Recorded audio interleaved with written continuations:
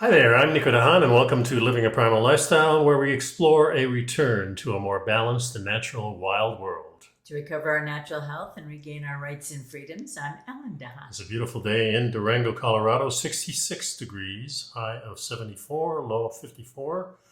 And What's the humidity, does it say? no, it's pretty low. Pretty low, yeah. And today is our son's birthday. Happy birthday, David. Happy birthday. 50 years old. It's not hard to believe. My youngest That is 50. went by fast. Yeah, that's for sure. I'll have a great birthday. We talked to him this morning. He sounds fantastic, so everything's good. Please subscribe to our YouTube channel, Living a Primal Lifestyle. Hit the notification bell. Hit the like button to help our channel grow. We also post a show on Facebook and LinkedIn for your convenience. We look at news stories about anti-aging, natural health, and our freedoms from the mainstream news and do our own analysis. All the topics for today's shows are in the show notes listed below in the description, so you can follow along and do your own research. Question for you: do you supplement your diet with natural vitamins and minerals? Then we highly recommend Mother Earth Labs. Hit the link below the show notes to maximize your nutrition with Humic and Fulvic and essential multivitamins. These two products give you all the essential vitamins, minerals, and amino acids required for a healthy immune system, with the ability for your body to access them and to detox at the same time. They also make a great selection of other products that may interest you. That's the commercial. We're done. We're ready for the show. How are you this morning? Oh, I'm wonderful. Yeah. I'm enjoying the weather. Sitting outside and on the deck with a little sweater on. It's just lovely. It is different, isn't it? Yeah. Here in Colorado, at least in the back range, in the Four Corners area, August is not the hottest month, which is normally what we're used to in the East Coast. August and September on the East Coast. Yeah. In Florida. So here we're in for a nice surprise. Last year was a little warmer. This year they say it's more normal, and we've had a lot of rain, especially overnight. So everything is green here and wonderful, for sure. So let's get the show on the road here. First article on notes here is how flavor drives nutrition, and we talked a little bit about this last week, but I wanted to explore this a little bit more. Last week we talked about that people had an instinct to eat things that tasted good, and the things that tasted good tend to be nutritious. Yeah. And these days that might not be the case. Yeah, well, that's why we decided to delve a little bit more into that. Yeah, we've been programmed to seek deliciousness for thousands of years. Flavor gave our bodies crucial information about nutrients. Lately, we turn the system against itself. Just as whole foods are getting blander, we're simultaneously adding flavoring to foods we shouldn't be eating. The result, we've short-circuited our body's ability to choose good food. And it goes on to talk about how so often you have a toddler or up to maybe a 6-year-old or older sitting at a table refusing to eat. I'm not eating those Brussels sprouts. Or the peas. I like the Brussels sprouts. I never liked peas. I never liked beans. And those were the things that sat in front of me and my parents. You're not leaving the table until you eat they definitely those said that beans. to me. Yeah. And kids are naturally stubborn, especially when they think they're right. And certainly I was. If you don't like it, you don't like it. Yeah, exactly. So yeah, it's interesting. And so then the question is, why should something taste unpleasant if it's healthy? And how did we as a species survive if the food we were supposed to eat actually tastes bad? You don't see baby goats gagging on the flavor of leaves. Yeah, in 1926, a Chicago pediatrician named Claire Davis asked this very same question. At the time, the leading scientists of the day were discovering the wonders of vitamins. No sooner did we discover vitamins than we became very concerned that our children weren't getting enough of them. Mothers were instructed to starve their children until they ate their vegetables. And that does sound very familiar. Well, so this Dr. Davis decided to see what she could find out about the whole syndrome. And so it says here she took 15 babies and left it eating up to them. Each child decided what they wanted to eat based on a list of 34 foods, including potatoes, cornmeal, barley, beef, lamb, bone jelly, carrots, turnips, haddock, peaches, and apples. And the kids, now she says the kids ate meals that only a kid could dream up. It seems to me that a baby wouldn't, I mean, unless you were sitting there with all of the foods in front of you and trying different ones. That sounds like what she did, because they put a whole bunch of 34 foods in front of them. Yeah, I'm not, yeah, it wasn't clear from the article. But anyway, the point was that the kids ate meals that only a kid could dream up. One had eggs, bananas, and milk for dinner. Another one had liver and orange juice for breakfast. And how did the kids actually do? They actually ate surprisingly well. One child with a severe case of rickets drank cod liver oil. Yeah, drank cod liver oil of his own volition until his disease went away.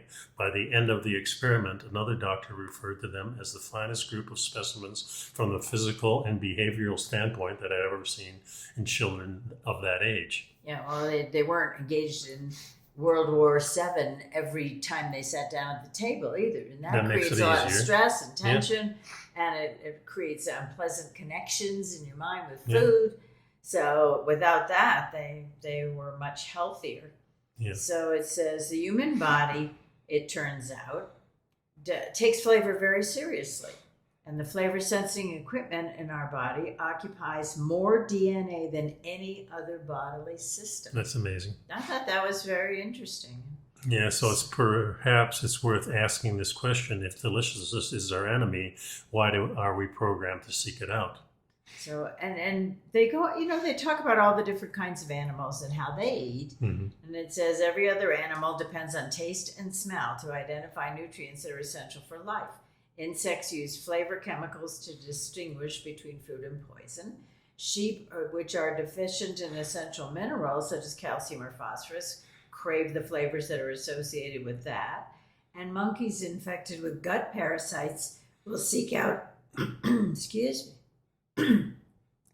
will seek out and eat specific leaves that alleviate the condition in their gut. Kind of like we sometimes see an animal like a cat or a dog eating some grass. Yeah. And that's probably the same thing. And I think we surmised that before. Yeah. So there's a professor, a behavioral ecologist and professor emeritus at Utah State University, Fred Provenza.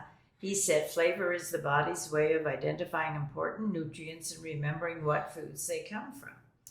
Of course, it's important to understand that we have messed with the food quite a bit. So if we're talking about food that is whole food that we can get from a farmer's market, say, from a farmer or from the butcher, instead of going to one of these stores that has all these things, especially at the checkout counter, they have all the junk they want you to sell because it's highly profitable.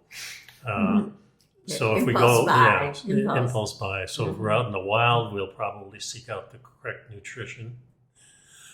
If we're in a farmer's market, we're probably more likely, because the whole foods are there, the apples and the oranges and things like that, even though they may be seasonal and not indigenous to our area, I think we still have a better chance. Of course, if it's all grown locally and it's a whole food, it's a much easier choice for us, I think, as human beings to do it rather than something that's manufactured or, The first thing we found when we started switching over to organic and free range and so on, I got a frog in my throat this morning, was the total difference in taste.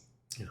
That the meat is so much richer and more satisfying.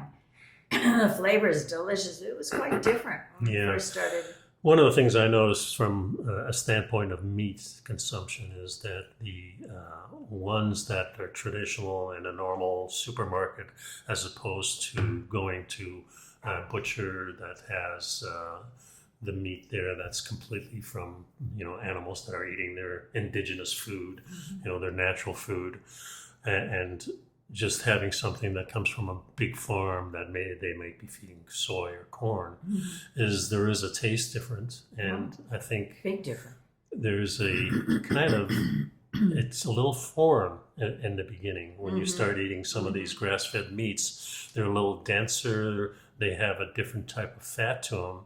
And until we require or get a taste for that, it's a little bit harder, I think, for some people, because if you go to a normal ribeye that has all that delicious fat in it, it may be more fat than you're used to. Than you're used to, yeah.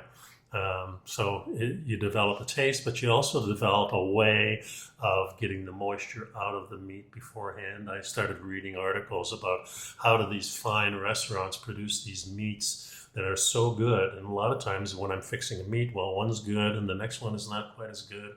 So I started doing research. Yeah, I started doing research on how they take these really good meats and then, like the night before, they'll wrap them in some cheesecloth and things like that to just suck out the moisture, so that when you're cooking it, all the natural juices are there, but not the extra type of things that you get from residual blood and things like that. So you really have to learn to cook it.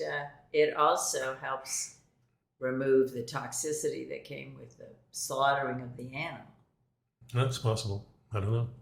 Interesting thought. I just thought of it. Okay, so then they say here that what went wrong? For more than half a century, foods in the American food system have been getting blander.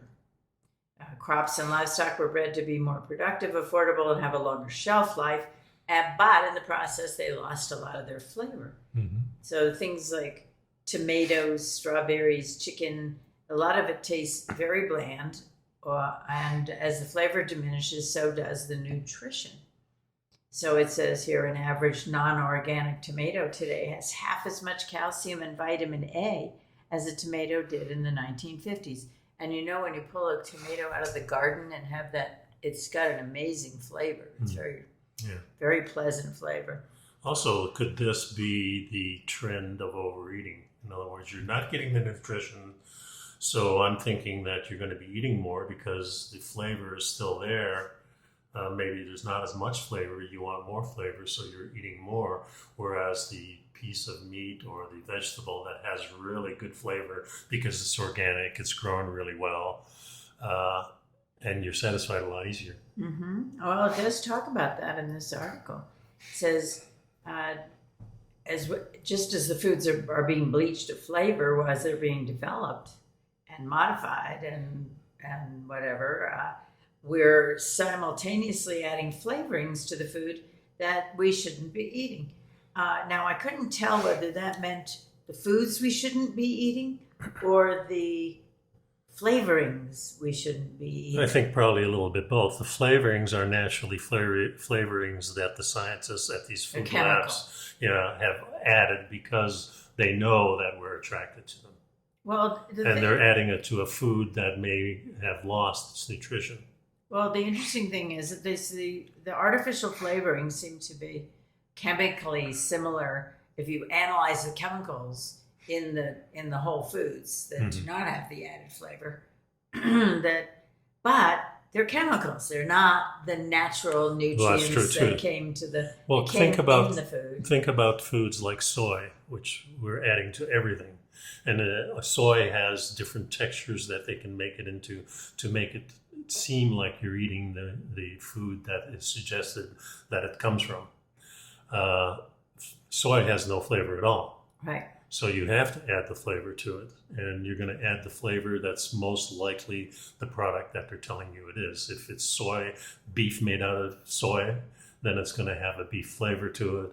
If it's a product like a yogurt that's made out of soy, it's going to, have more of that yogurt type flavoring in it.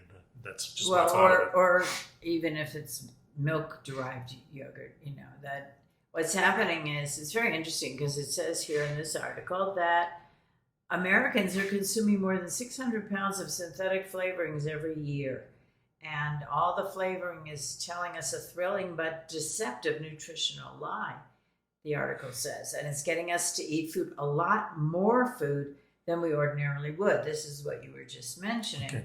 Consider that a berry-flavored yogurt tastes wonderful to a 2-year-old, but it doesn't have the same payload of vitamins, minerals, and antioxidants as eating a real strawberry might. Although a real strawberry that comes from a farm where it's processed and modified and doesn't have, it's like eating an unripe strawberry. It doesn't have any flavor. Mm-hmm. So Well, it says here too, when you shop for food, ask yourself a simple question. Where did the flavor come from? If you see artificial flavors or natural flavors on the ingredients, you know it has been designed by someone with a PhD to be ultra delicious. And to taste like the original without having any of the nutrients. And also a little bit about natural and artificial flavors. They aren't all that different. Flavors are complex mixtures that sometimes comprise of more than 100 chemicals. In addition to flavors themselves, these mixtures contain chemicals that have other functions. Solvents, emulsifiers, flavor modifiers, and preservatives often make up 80 to 90% of this mixture. Yeah, that's what I was just saying, that they're trying to mimic the actual flavor. And they're doing a pretty good job of it. Yeah, well, yeah. It's interesting because an artificial flavor must be comprised of one of the nearly 700 FDA, the Food and Drug Administration, allowed flavoring chemicals or food additives that are categorized as generally recognized as safe. Yeah. I don't know which general that was. Then. Well, one thing we have is for certified organic foods, the natural flavor must have been produced without synthetic solvents, carriers, and artificial preservatives.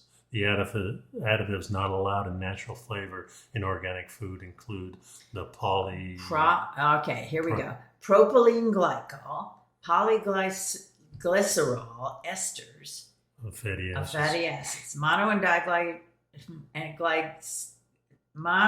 diglycerides, benzoic acid, polysorbate 80, medium chain triglycerides, BHT, BHA, and triacetin.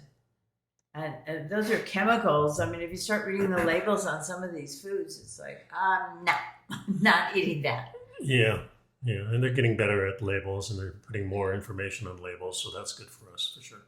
Yeah, if you can, except for when they start labeling things like, they're labeled in order of appearance, the most to the least in the food. And so when they take your sugar, and they have sugar, and then they have corn, what do you call it? What's that corn syrup? Corn syrup. Yeah, but they have I forgot what it's called.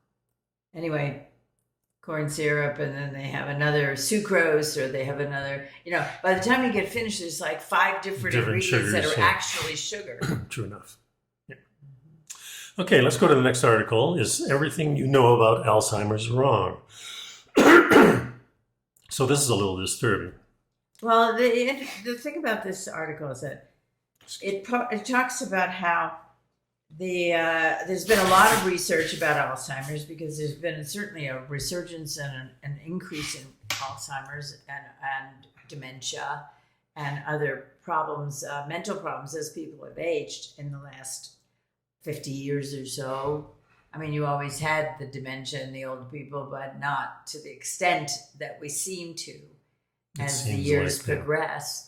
And I think it all has tied to the different chemicals that we're ingesting, even though it might not be in our food. It's in other things for sure. And it could be the environment. It could be what you eat. It could be your lifestyle. Well, this disturbing part of this is new evidence came to light that researchers about 15 or 16 years ago had faked images in a paper published, a paper that other researchers have trusted and relied upon as they do their own work. In other words, there was a drug called Aduhelm. It got approval from the Food and Drug Administration. But as it turns out, it has such a small effect that it isn't even covered by insurance. And then other promising drugs that were in development got sidelined or showed less than impressive results. But the original paper on which everyone was basing their research, turns out they had faked their results. And it wasn't based on actual tests and what they found. It wasn't based on results. So they talk about, what I found of interest in this article is they talk about what things in the body affect Alzheimer's. Right. And it says there's a, let's see. We know so little about how the brain works and things like that, and they have identified this kind of sludge that is around Plaque forming. Yeah, it's a plaque forming that they thought, and so the plaque forming is what they considered something that would help Alzheimer's get a hold of you. And So they were focusing their research on beta amyloid, which is the plaque forming sludge on the outside of the brain cells. And it turns out that Alzheimer's disease is complicated. There's much more to it than just one molecule, said Henry Paulson, who's a doctor and directs the center at Michigan Alzheimer's Disease Center. And he has devoted his own laboratory research at Michigan Medicine and his clinical care to dementia and other neurodegenerative diseases for actually decades. But he says people got sidetracked. They were going down the wrong road when they were trying to help with Alzheimer. And also, there weren't papers being published. When people discovered a different result, they weren't publishing. So he says this kind of that it's really, really important that scientists speak up and publish results, even if the experiments fail to prove someone else's claim. And this kind of publishing of negative results is not always encouraged because scientists have more reason to leave those results on the shelf and spend time writing papers about things that do work. It's also, keep the research up. Once you think you have an answer, you don't just stop, oh, we got the answer, here's the drug, let's move on to another disease or something like that. Well, or there's money coming in for it, and so no end in sight because as long as we're getting funded. And everybody wants an easy fix. Well, that's the other thing. So or there's a breakthrough. there's plenty of evidence that middle-aged and older adults who want to reduce their risk of dementia or slow its onset should focus on healthy habits like sleep, nutrition, exercise, social engagement, and controlling your blood pressure and cholesterol. Now, go over that again, just one slowly. It's sleep, nutrition, exercise, social engagement that we've talked about a lot after the world stopped. And that's the thing. The last 3 years have been, disrupted to all of those things. Yeah, to every age group, from the children who needed to be socialized and needed nurturing from an extended family to elderly people who were isolated in a nursing home or in some kind of aging in place facility and couldn't see their families. The whole thing, it was very debilitating for the entire population. Yeah, so in many ways. So it says here, if you're 70 years old, I can't tell you to go back in time and eat healthier and get more years of school, but I can tell you to do more, to get a good night's sleep as much as possible and connect socially with other people. This is just a common sense thing, and it seems like as you get older that your friends are dying on you, so you have to seek out younger and younger people, I guess, if you get older and older. And kind of happened to us a little bit because we've all of a sudden hear news of maybe not somebody close to us, but the other somebody you knew for many years, or maybe you knew like an actor or an actress or something like that, and you go, oh geez, they're younger than I am. It just makes you wonder, and you feel lucky, of course, but we really need to get, this is just another thing that we talked about last week, is the confidence of these agencies like the CDC and the National Institute of Health and the WHO. These things are the ones that are supposed to be giving us the correct information. And over again, we see these articles that are coming up. Well, we didn't do that about 16 years ago. Well, we've kind of fudged it up here. It was easier, whatever. They overlooked it. Whatever the reasons are, is the trust is becoming eroded. Smaller and smaller. Definitely. Yeah, and I think what we're looking at here is the importance of keeping an open mind and keeping all options open, so that if you're doing research and you're looking at things, a lot of wonderful discoveries have been what we call serendipity, kind of lucky accidents. And so you have to, instead of coming up with a result and then proving it, you need to to go down the road, take all the scientific method steps, and see what you get at the other end. Does it work? Does it not work? Well, not only that, I think we have to really live up to the notion that we are the ones that are controlling our own destinies. Mm-hmm. We are the ones that are choosing the path. All we want is the information. And then us individually or as a family or maybe as a group, maybe a church group or whatever you want, can make decisions for our immediate people that we're with. Not some huge agency that may have other agendas like profit or statue or whatever the reason is. Control, or maybe they're just lazy and they give us information that's wrong. The next article. Well, just one more thing on this as we're developing is how many articles we see that point out the impact of proper nutrition, what you eat, and where it comes from, what's the source of that food, right. And how many times are we seeing, even just in this article, watching what you eat and looking for nutrition and so on contributes to well-being and at least slows the onset of dementia if that's going to be an issue. So it's, again, it's important to pay attention to what you're eating. Yeah, and it has to make sense to us, just like the taste drives nutrition. Mm-hmm. It also, common sense drives our ability to make sense of these things. Yeah, it's interesting. We watch a lot of we follow a number of YouTubers, as now they're being called, and the amount of junk food that is consumed by these people is staggering. Yeah.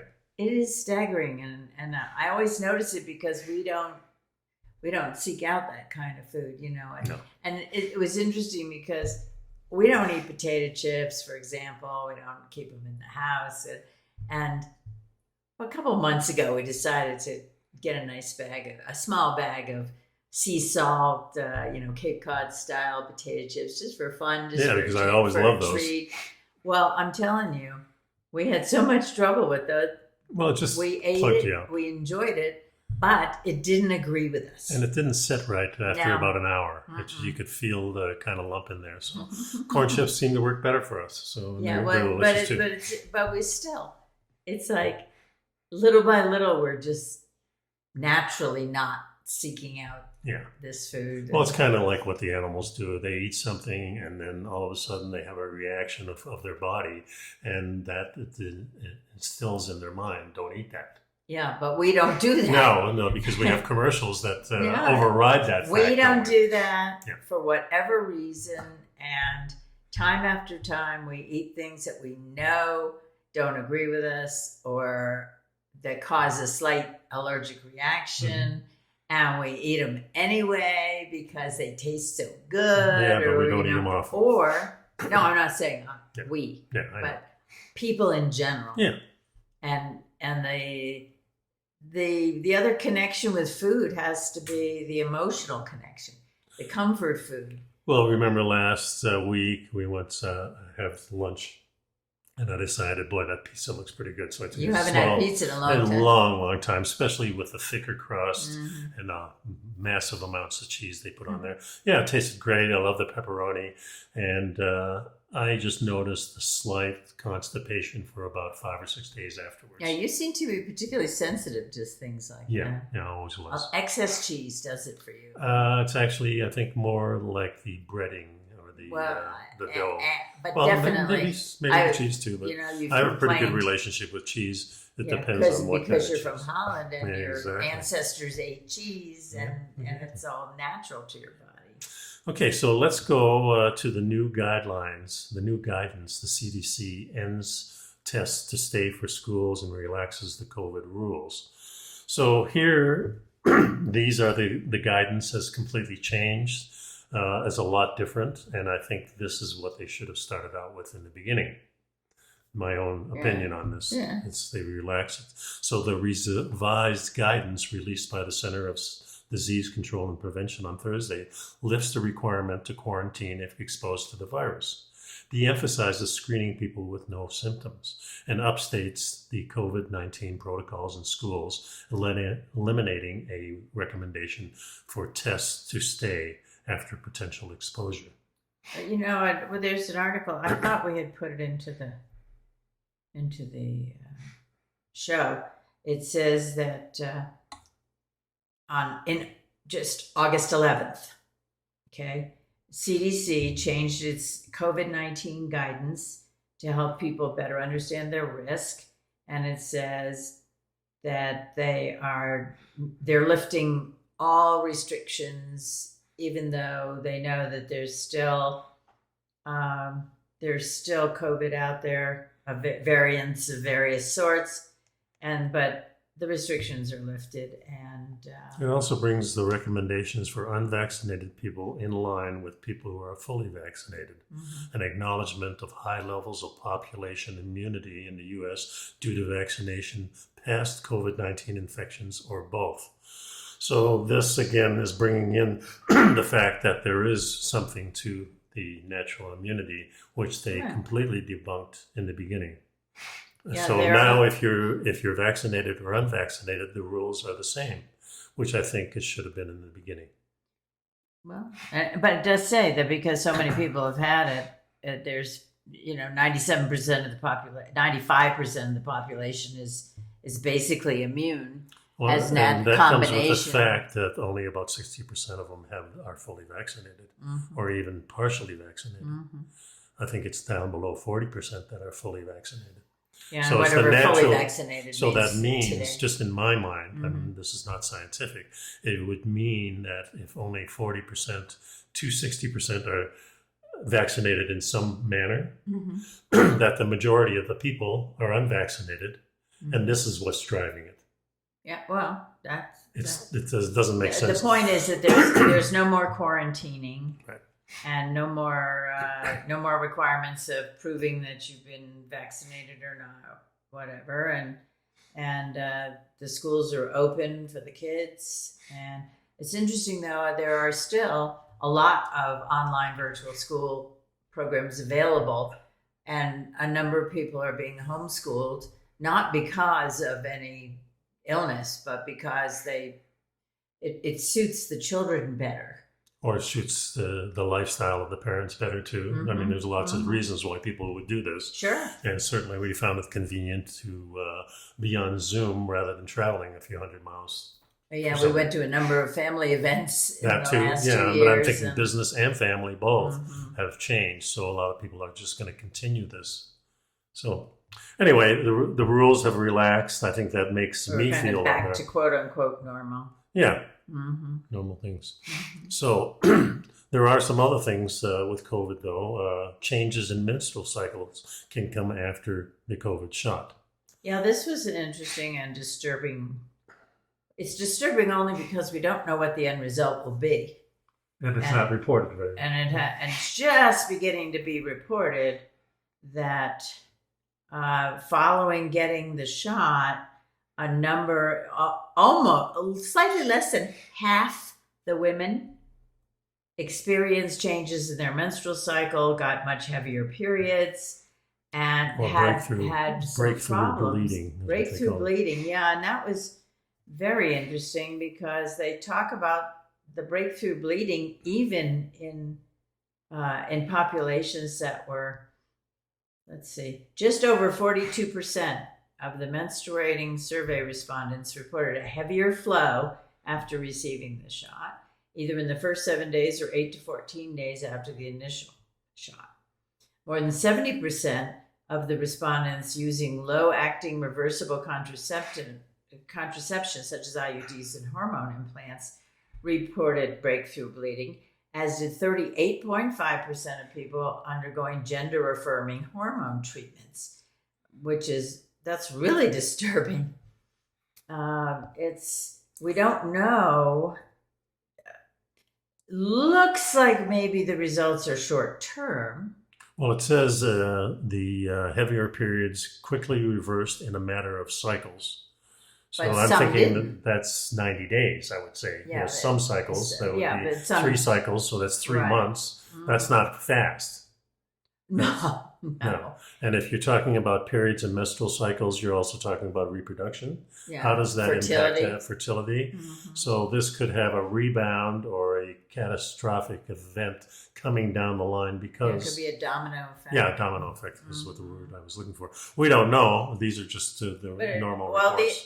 A particular interest to me in this article was a discussion of, it says, okay, so they're talking about the cycles, and they're saying it seems like they're reversing after a few cycles or whatever. But how the vaccine is able to impact the uterus is another story, it says in this article. Right, because the uterus is a type of immune system. It's part of your immune system. Yeah, and it's, people have, it says here, there's Catherine Clancy, who's a professor of anthropology at the University of Illinois, Urbana-Champaign.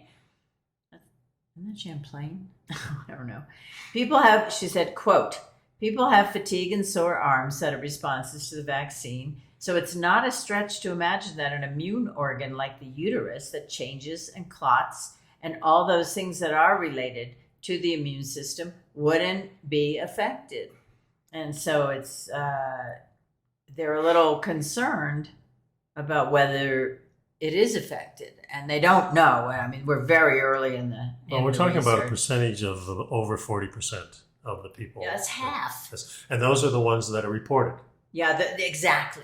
So, and others might just not have. I mean, the thing about menstrual cycles is they can be varying. mm-hmm. They can be different flows at any given time. Lots of things affect the menstrual cycle: exercise, diet, Right. trauma, whatever. Mm-hmm. And so they're really trying. People might not have just simply reported it because it didn't connect the two.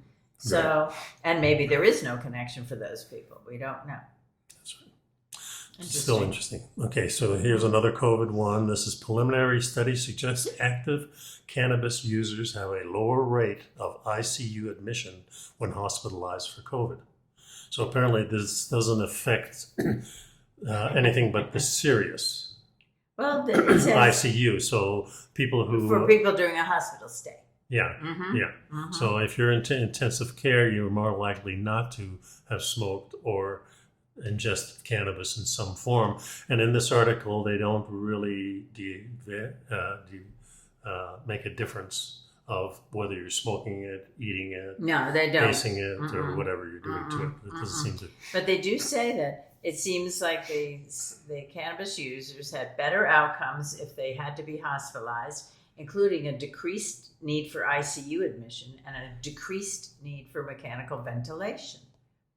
So, And this is due, the authors hypothesize that the better outcomes could be due to the medicinal properties, including anti-inflammatory effects of some cannabinoids. Another thing they mention here too is that if you're just using THC form and no CBDs, the effect is much, much less.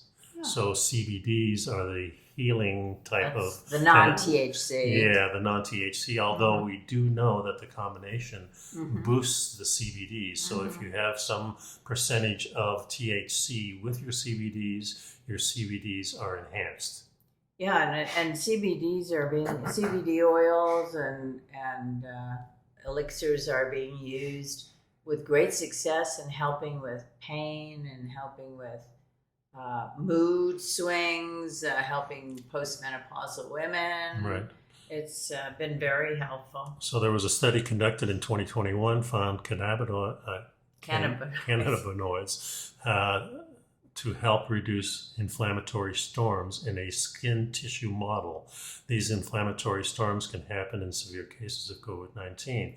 The treatment addition of the cannabis extract helps curb inflammation and prevents fibroids and fibrosis, which is the fibroids, I guess, and lead to disease remission.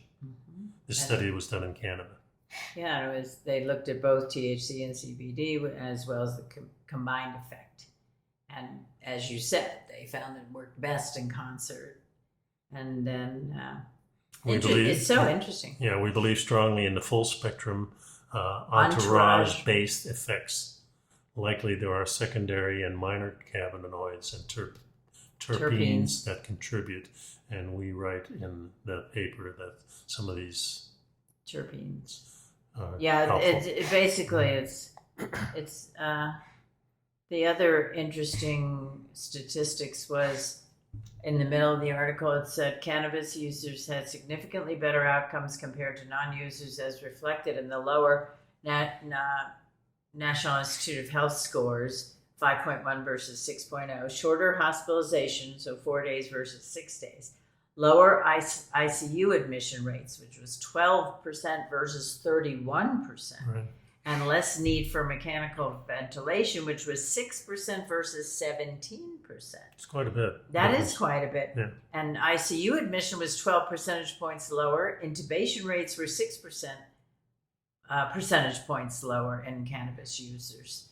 So it's kind of, over the years, there have been a lot of benefits found from the use of cannabis. Yeah. And it's become, obviously, because there are medical cannabis is permitted in an awful lot of the states now, and recreational and in quite a number of them as well. And so it's an interesting evolution of treatment. Next article is called "Why Some Left-Handed People." Why are some people left-handed? The MRI brain scans are finally MRI. The brain scans are finally revealing an answer, whether I can read it or not. I'm not sure what this article actually says, but it does say that when they looked at brain scans, there was a difference in, using data from the United Kingdom Biobank. An international team of researchers mapped out the cerebral cortexes of 28,802 righties and 3,062 lefties, measuring their surface areas and thicknesses for asymmetries, a process that took 3 months and required 12 clusters of computer servers. The results uncovered 10 distinct areas of the brain where average asymmetries between righties and lefties differed. These areas were not limited to any particular section of the brain, but it spread out across its surface. Yeah. And the researcher said this is the first time that specific parts of the brain's anatomy have been linked with confidence to handedness. But now, fascinating is that some of these areas were associated with language, leading the researchers to speculate the handedness has an evolutionary component tied to a point in our history when communication was more gesture-based. That's it. That was very interesting. Yeah, that's to the me. interesting thing about this. That there is some evolutionary benefit to it. The push and pull. Let's see. It says being left-handed was a double-edged sword for early humans, offering an advantage in combat situations because you throw someone off using the wrong hand. Yeah, southpaw. Yeah, but it became a disadvantage when it comes to cooperation. And the push and pull between the two forces may account for why left-handedness is a rare trait. That's and of one course theory. some people were discriminated against if you're. Yeah, they would tie your hand I remember in the 50s or even earlier. In the 50s for sure. Yeah, they tied the children's hand and make them use the right hand. Changed them to right. Had some wild ideas back then. Oh, boy. And that wasn't that long ago. We still have some wild ideas. Yeah. So there was another study called the Max Planck study. All 10 brain areas that differed tend to be larger in the right hemisphere for lefties. At the same time, the differences turned out to be very small, a matter of averages that could only be detected over large data sets. And the researchers say they obviously did not stumble on a way to predict whether somebody will be left-handed or right-handed. Yeah, just by looking at their brain scan. Right.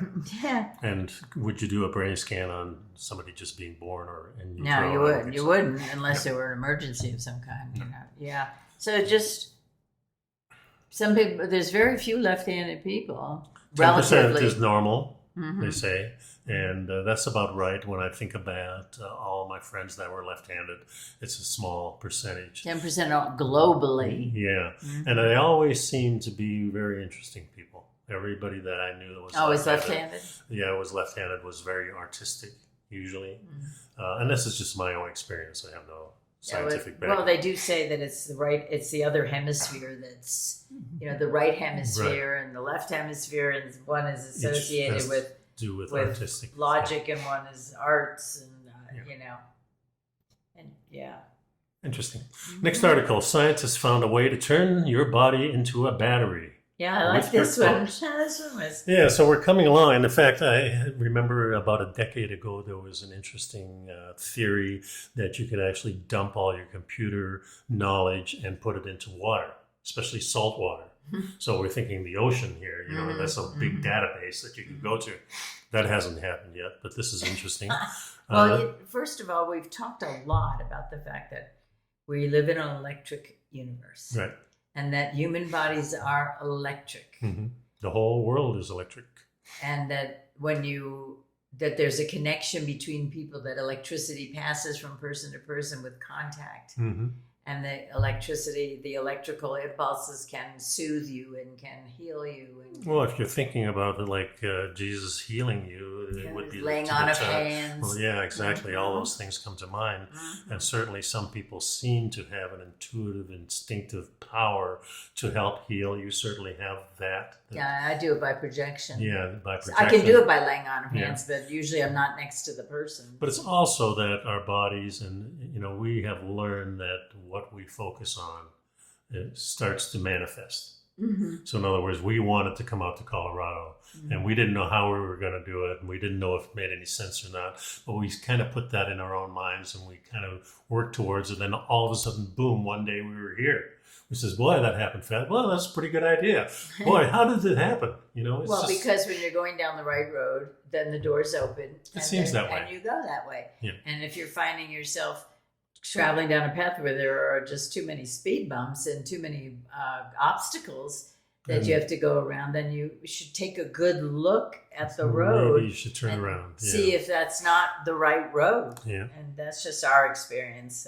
Yeah, so energy is a big thing, and we know that the Earth is full of energy. There's a lot of electricity here, and we also know the history of Tesla, Nicholas Tesla, who's claimed, the stuff goes right through the air. Of course, now we have wireless, just about everything, and they're talking about the wireless connections to batteries, and they're talking about different things. I was reading an article this morning about in Southern California, they're starting to use paint on certain surfaces so it reflects the sun back, so it doesn't absorb into asphalt. So it actually makes a big difference of up to 10 degrees in certain local areas in cities. This would be a huge thing once we start understanding how all this stuff comes from the sun. And then we have to worry about, if we're reflecting all this energy back, what's that going to do? What result is that going to have? And that's another one of those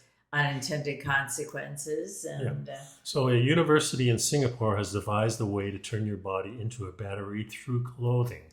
A 3-inch or a 3 centimeter by 4 centimeter piece of fabric generated enough energy to power 100 light-emitting diodes for up to 5 months. And the durability is thanks to a polymer that converts mechanical stress into electricity when it's pressed, stretched, or squeezed. So this means as you go for a walk or a run or even breathe, your body is moving. A system fine-tuned enough to collect and store that output can transpose it into energy for electronics we carry with us every day. So with all the things that need to be charged... we need this. That's it for will sure. be very interesting. Build a system into our clothes, they say, and they move along with us. So this gives to the idea of your weekly power walking, charging your iPhone, a huge shot in the arm. This small piece of fabric that emerged in their proof of concept generated enough energy to power, like I said, 100 light-emitting LEDs. And after washing, folding, or crumpling the fabric, it continued to perform at the same level for up to 5 months. So it means you get a new jacket every 5 months. Or there's a pouch in your clothes that you put this fabric into, or someplace on the clothes. It's only 3 by 5 centimeters, 3 by 4 centimeters. So you could replace it as needed. Why don't you make the whole shirt out of the whole fabric? Well, Is then- that too much? Well, no. Shocking the system? Or? No, it's because you can't, it runs out. Mhm. It stops working. Then you got to discard the whole shirt. Oh, I'm I see. saying that if you Okay. had just a small piece, And you see everybody with little patches like they do in the old days. or inside, Yeah. next to your skin, whatever. Very interesting stuff. It says it works well because one of the components of the material is a polymer that converts the stress into electricity when it's pressed, stretched, or squeezed from the friction when it comes into contact with another surface like skin. It performs well for so long because it's got rubber-like behavior that makes it strong, flexible, and waterproof. So even squeezing, so that means you can get a hug from somebody. And, And my phone's a charge little your down. phone. How about a little hug there, baby? I like it. Could turn into a harassment real quickly. Oh, yeah. No, I just wanted to charge my phone. I mean, give me a break. It could turn into, well, that's just my own mind. I'm just going to move on. Okay. That's a good idea. Okay, so this is an article you put in here. Yes, this one, I'm always fascinated by the concept that there are jugs of seeds in the pyramids or wherever they're digging in ruins and they find them. And then you can germinate the seeds. Lasting thousands and thousands of years. So in this particular case, they're talking about the Judean date palm tree, and they found after, let's see. 2,000 years. Well, no, 2,000 years is when they brought it back. Oh, it was extinct. So in It 2005. said in the mid-1900s, archaeologists discovered date palm seeds that were stored in an ancient jar in the ruins of the palace of Herod the Great in Masada, Israel. Conditions were dry and arid enough to preserve the seeds for 2,000 years. And according to the Arava Institute for Environmental Studies, radiocarbon dating at the University of Zurich confirmed that the seeds dated from between 155 BC to 64 AD, and then the seeds were held in storage for 40 years at a university in Israel. Then in 2005, Dr. Sarah Salin challenged her friend and fellow scientist, Dr. Elaine Soloway from the Arava Institute for Environmental Studies, to see if they could get any of those date palm seeds to grow. 3 weeks later, the oldest tree to be successfully germinated sprouted. So They they nicknamed the tree Methuselah. after Noah's grandfather. Because the Bible says Methuselah lived almost 1,000 This years. kind of brought to mind too when we switched our diets many years ago. We stopped eating the seeds of plants, and the theory being that there's certain chemicals in them to hold them in stasis. So when the time came to give them sunshine and water, the seed would be viable. And here's proof of that exactly And they happening. also, just as an aside, the coatings have a certain amount of toxicity so that the birds and the other animals wouldn't eat them. Well, birds are seed eaters, so they have the different... They crack open the seeds. Yeah, and they're not as susceptible to some of the They're anti-inflammatory. evolutionarily. Yeah. So there are seed eaters, and we happen to be in the non-seed eating. Right. Although, when we did this, I remember first learning about the first seed that was actually used, I think was rice. And we had wondered why for thousands of years the Chinese people used rice in the white form. In other words, they scraped all the outside off of it. And back in the 60s when I started eating macrobiotic, and they found don't eat the white rice, you eat the brown rice. It has more of that fiber in it and it's not destroyed.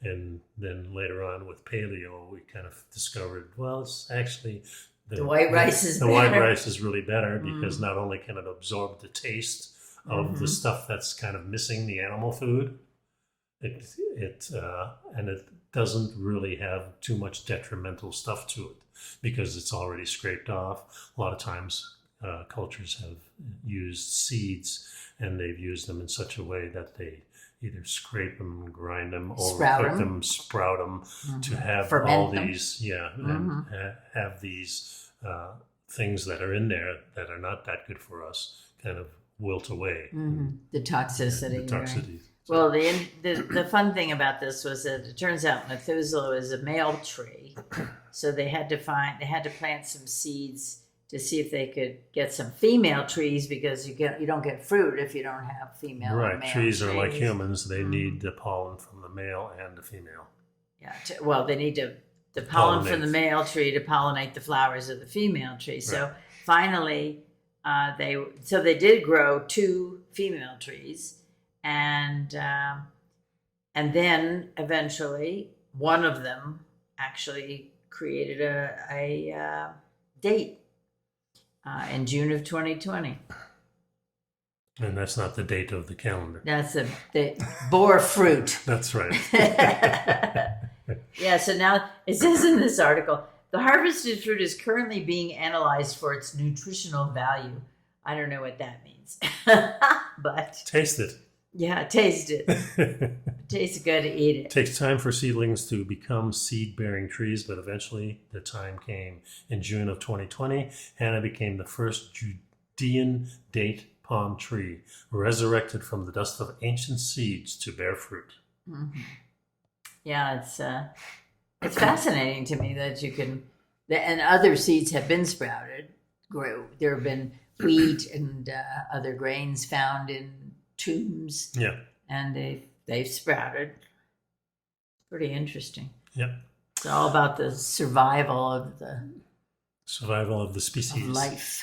Yep. Mm-hmm. And we're surviving here, and that's why we got a show going on. We're doing better than that. That's for sure. We're definitely living our best lives. We are. What we're doing. We love being here in Colorado, and we got a couple of trips coming up. We're going to Colorado Springs, see some friends from Suspicious Observers at the end of this month. I think the weekend of the 26th, 27th.